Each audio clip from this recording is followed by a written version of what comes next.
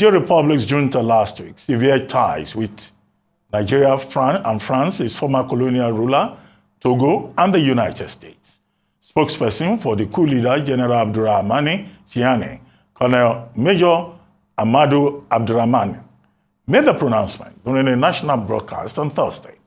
The development came as Nigeria's president and ECOWAS chairman, Bola Tinubu, dispatched a delegation led by former military head of state, General Abdulsalam Abubakar, to Niger Republic to explore channels for a possible resolution of the diplomatic dispute, which arose from last week's military takeover in the West African country. In the meantime, the clock continues to tick towards the end of a 7-day deadline given to Niger's coup leaders by ECOWAS to reverse the coup and reinstate the government of President Mohamed Bazoum. Meanwhile, the Nigerian Senate on Saturday rejected a request by President Bola Tinubu for an approval to embark on an immediate deployment of troops in Niger Republic. The upper chamber of the National Assembly advised President Tinubu, who is chairman of ECOWAS, to further explore political and diplomatic options available to them over the use of any military action to resolve the crisis in Niger Republic. The senators condemned the forceful takeover of power in Niger and resolved to engage more with President Tinubu on the political situation in that country. Tinubu had in its letter intimated the Senate about resolutions reached by a meeting of ECOWAS heads of state and government. Part of that resolution included the closure of all land borders with Niger Republic, imposition of a flight ban, cutting off of electricity supply, and stopping goods in transit to Niger from Lagos and another eastern seaport. The senator, however, stated that the president had not sought approval to go to war with Niger. They merely solicited for support for the implementation of the resolutions of ECOWAS. Professor Usman Yusuf is a professor of hematology, oncology, and bone marrow transplantation. Critically, he has played an extensive role in interfacing on behalf of the Nigerian government with several groups of non-state actors operating out of swaths of ungoverned spaces between Nigeria and Niger Republic. He joins us now on This Day Live. Good to have you, Professor Usman Yusuf. Thank you for joining us on This Day Live, the Sunday Talk Show. Thank you, Ruben, for having me. Okay, Prof, I read a piece you wrote, I think that was yesterday or 2 days ago, titled War on Niger Republic Will Be War on Northern Nigeria. And in that piece, you expressed the same sentiments expressed by senators from those 7 states bordering Niger Republic in the northern part of Nigeria, Sokoto, Kebbi, Katsina, Zamfara, those 7 states. And they are saying a declaration of war in Niger against Niger would put those 7 states at risk. Nigeria, of course, sharing over 1,000 square meters, 1,000 square kilometers, about 999 miles of border with Niger. But why do you think an attack on Niger, in line with ECOWAS resolution, will amount to an attack on northern Nigeria? The territories are distinct. Right. Right. I saw the piece before we started. I am really shocked. The primary responsibility of President Bola Ahmed Tinubu is to Nigeria and not to ECOWAS. He answers to us. He's not even addressed Nigerians and justify what he's going to do. He's gone to the Senate to ask for approval. There's no way to declare war. It's not easy declaring war. You're sending your men and women into harm's way to go and get killed and kill. I've said it clearly from the outset of that piece I wrote. I am not into political correctness. We in the North, we are tired of wars. We have been at war for 13 years, for 14 years now with Boko Haram, since 2009, and 9 years with bandits and kidnappers. And you're bringing a fresh war to us? And we share with Niger Republic, long before the creation of these 2 entities, Niger and Nigeria, we have shared heritages in our culture, in our religion, in our languages. And we share a border over 1,000 kilometers from the northwesterly end in Kebbi to the northeasterly end in Borno. We have Zabarmas in Nigeria and Niger. We have Hausas. They are the predominant tribe in Niger, 53%. We have Fulanis. We have Kanuris. The whole of Diffa region around the northeast of Nigeria, they are Kanuris. So we're going to war and killing them for what? Before any president goes to war, he comes and explains to his people, these are the reasons why I'm going to war. What are the strategic importance, economic, security, or political strategic importance of going to war? What are the self-interests of that country in going to war? The people who are going to war on their behalf, the Western world, France and the United States, they know what their interests are. Their strategic interest is not the people of Niger or Nigeria, but what is underneath the soil of Niger and Nigeria. Prof, well, is this really about ethnic identity? Go ahead. Is this about ethnic identity? The president approached the Senate as stated in Section 5 of the Constitution, because the president of Nigeria cannot go to war without the approval of the National Assembly at a joint session. Or he may not he may just seek the consent of the National Defense Council and send troops on limited combat duty. But he was talking specifically about resolutions of ECOWAS. He's chairman of ECOWAS, and Nigeria is a signatory to the Constitutive Act of ECOWAS on coups and military interventions in the region. Right. So he's sounding like he's answerable more to ECOWAS than to Nigerians. We in Nigeria, 78% of the landmass of Nigeria, 7 states and 19 states in this country are saying no to an unprovoked war with Niger. It's not ECOWAS. His primary responsibility is to Nigerians, not to ECOWAS. He's not convinced us why he should send boots to the ground in Niger Republic. And for goodness sake, where are you going to get the troops from? The Nigerian military is stretched all across, deployed all across the 36 states of this country. Where is he going to get the troops from? Is he going to pull troops from the northwest, or the northeast, or the southeast? The only place there is some leeway is the southwest. And that will be a small number of troops. And he should be very, very careful. That is what I wrote there. He's going to do the bidding of the Western world. The fight in Niger is not our fight. It is going to be a proxy war between Russia and NATO. And this is what concerns me the most. We have been surrounded by countries now where you're having this proxy war between these two countries. And we're going to do their bidding. President Bola Ahmed Tinubu has not even settled down. He doesn't even have his team, and he's declaring war without consulting the people, without the consent of the people. Okay. No, we say no to war, and we're not going to support any war. Okay, I get your point. You had a number of recommendations, one of which is that diplomacy should be the best option. Where that diplomacy, as ECOWAS chair, President Tinubu had liaised with President Patrice Talon of Republic of Benin. He was the first person to go there. President Idris Deby of Chad was also sent there. The chief of air staff of Nigeria and former governor of Katsina State, Aminu Masari, and one other were also sent there. They didn't make progress. Only this week, General Abdul Salami Abubakar and the Sultan were also sent, as a delegation, as part of a delegation, to talk to the coup leaders. In fact, they were not even granted the audience. So that diplomatic option has been pursued. It has failed.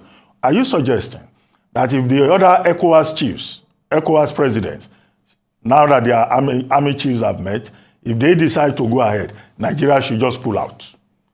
How would that make us look? No, I'm saying if they decide to go, that will be wrong decision.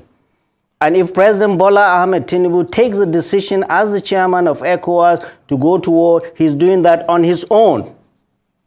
No, but I'm saying that it's not a unilateral decision. No. It's a group decision. No. Nigeria, no.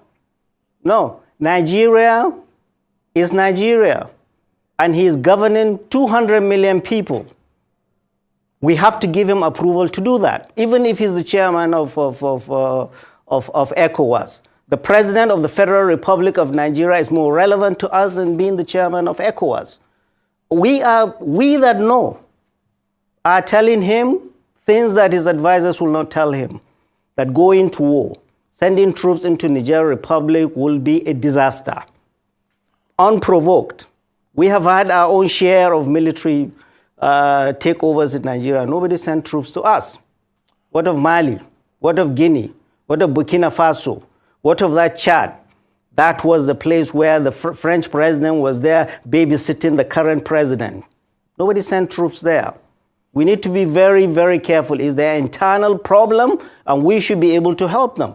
And the reason why we are saying negotiations do not help, at the very beginning, you are putting on the table the threat of violence, the threat of force, and you're asking the other party to listen to you. You have brought your last trump card at the very beginning. That's no way to do it. And it's showing the inexperience of President Bola Ahmed Tinubu on the international scene.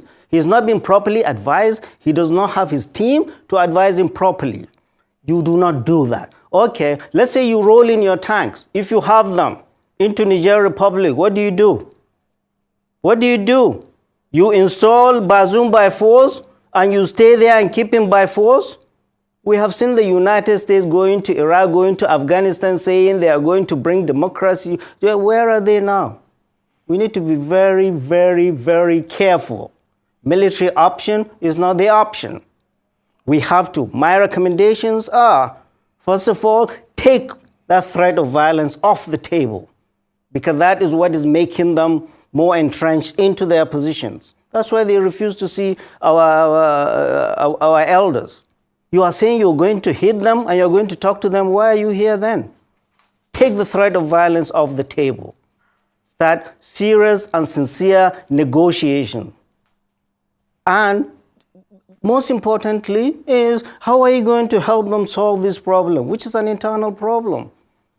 By solving this problem is that, how are we going to do it? What is going to happen to Bazoum?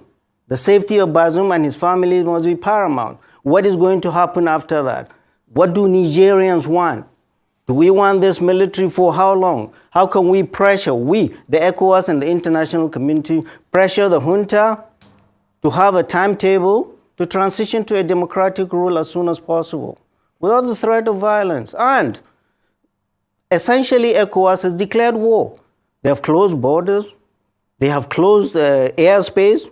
They have, President Bola Ahmed Tinubu unilaterally broke the treaty between Nigeria and Niger that was signed in 1960, that Nigeria would be supplying Niger Republic with electricity. Nigeria currently supplied 70% of electricity to Niger Republic. In exchange, Niger Republic will not dam River Niger upstream. If they dam River Niger upstream, we'll all be dry. We won't have Kainji Dam. President Bola Ahmed Tinubu unilaterally, without reverting to the Congress, broke that treaty. Now the capital, Niamey, is in darkness. And you are saying we are going to... This is a country that has 40% of its budget is foreign aid. Biden sanctions, you close their borders, no-fly zone, you close, you cut electricity. Well, what is at stake is more than just what we see. Well, we don't understand. The president needs to be properly briefed. And he isn't. He doesn't look like he is. Prof, well, except that in war, all is fair, as in love. So if we cut off their electricity, it may not hurt us significantly. We get 85% of electricity supply in Nigeria from thermal stations. Igbin, Geregu, Afam, Omotosho, all those stations are thermal stations. Kanji, Shiruru, and Jeba are the ones that depend on hydro. So even if they dam, the river Niger, we'll still be fine, I guess, if we put our hearts together. But you were saying that President Tinubu wants to go to war so as to give his government legitimacy. What is the connection? Absolutely. Very important connections. So President Tinubu, Bola Ahmed Tinubu, his election is contested, is still in court. He has legitimacy issues nationally and internationally. And for him now, he's the ECOWAS chairman. Of course, it gives him that chair, but still, the elephant in the room is the election is still contested in court. Well, if he does that, now the Western world are calling him. The other day, they say the Vice President of the United States, Kamala Harris, called him to find out. Nigerians should ask, did Kamala Harris ever call when people are slaughtered anywhere in the north? Anywhere in the north? They care for us. Or Macron calls us, calls the president. They don't care for us. They don't care for Nigerians. They care for what is on the ground. And we need to be very, very careful. President Bola Ahmed Tinubu should be very careful and not drag Nigeria into this proxy war between NATO and the Soviet and Russia in Niger. And Wagner are coming to Niger, just like they are in Libya, in Sudan, in Mozambique, in Guinea, in Mali. And the moment they get into Niger, they are after resources. And the most important resource is uranium. Niger has the 7th largest deposit of uranium that France has been exploiting since independence. And see the penury, see the poverty in Niger. The second thing is we have this Trans-Saharan pipeline that is built to be piped from Warri through Niger up to Algeria, to stop in Algeria and then go into Morocco and Tunisia to Europe. This is a very, very important pipeline for Europe and the United States as an alternative, because Russia during this Ukraine war is blocking supply of gas to them. So this is very, very important. The United States is there not for God, country, or the love of Nigeria or Niger. They are there because of the resources. France, we know France has been there. France has never loved democracy. We need to be very careful. At a time, and I wrote it in that letter, in that piece, at a time when African Francophone countries, like Burkina Faso, like Mali, they are severing their ties with France. Our president, Bola Ahmed Tinubu, is being dragged into being their ally. Prof. They can never be good allies. Prof, today is the deadline that ECOWAS has given. And you are saying, forget about military intervention. Would this not amount to a loss of face, not just for Nigeria, but for all the other countries, considering the fact that our Chief of Defense Staff, General Musa, is even the chair of the ECOWAS chiefs, defense chiefs? How do we live with that? What will look like an embarrassment, or if you like, disgrace, because the coup leaders in Niger, they've been snubbing Nigeria routinely. No, Ruben, we have never had issues with Niger. During the civil war, Niger was a very important ally when Cote d'Ivoire and Gabon were against us, when France was against us. Niger has always been a steadfast ally of Nigeria. We've never had issues with them. We've never fought them. We go in there, we will see the father and mother of banditry and Boko Haram like we've never seen. Forget faces. It's not our ego or the face of the president or anybody. It's about Nigeria and about the lives we are going to commit to battle. This is the most important. This is not well thought through. This is misguided and will not be accepted by people, especially we here in the north that live in close proximity to this war. These are our flesh and blood. They are our people. They've done nothing to us. They are our allies. You go to Zamfara, you go to Katsina, you go to Niger, you go to Borno State. They have been helping villagers when bandits come. And over 300,000 of Nigerians are IDPs in Niger Republic from all of these conflicts. President Bola Ahmed Tinubu, instead of starting a fresh war, we want you to close these wars. Boko Haram, 14 years.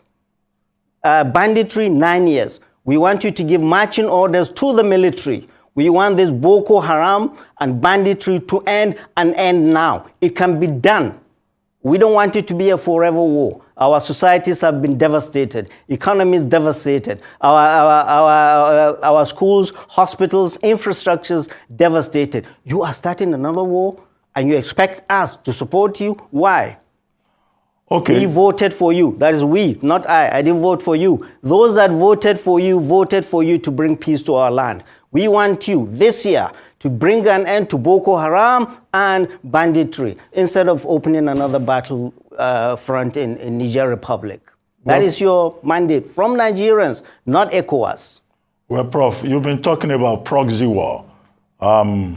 Russia and NATO, you kept mentioning them. Well, France is also at the center of this. France, Germany, the US, they have military bases in Niger.